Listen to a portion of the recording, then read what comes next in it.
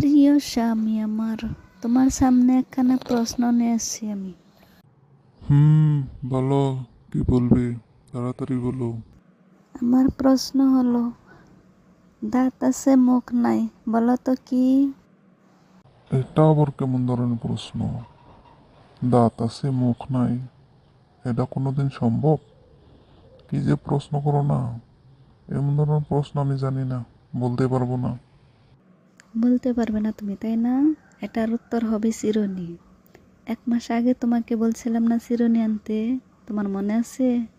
তোমার কিছু মনে থাকে না, বউ কি বললো না বললো ওইসব কথা মনে থাকে না।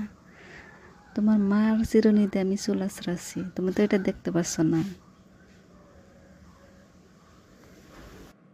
ও, এই কথা। চিরুনি। তো এটা প্রশ্নের মাধ্যমে বলার কি আসছিল?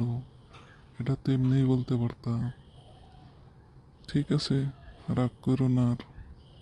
আমি আজকে এনে দেবো চিরুনি।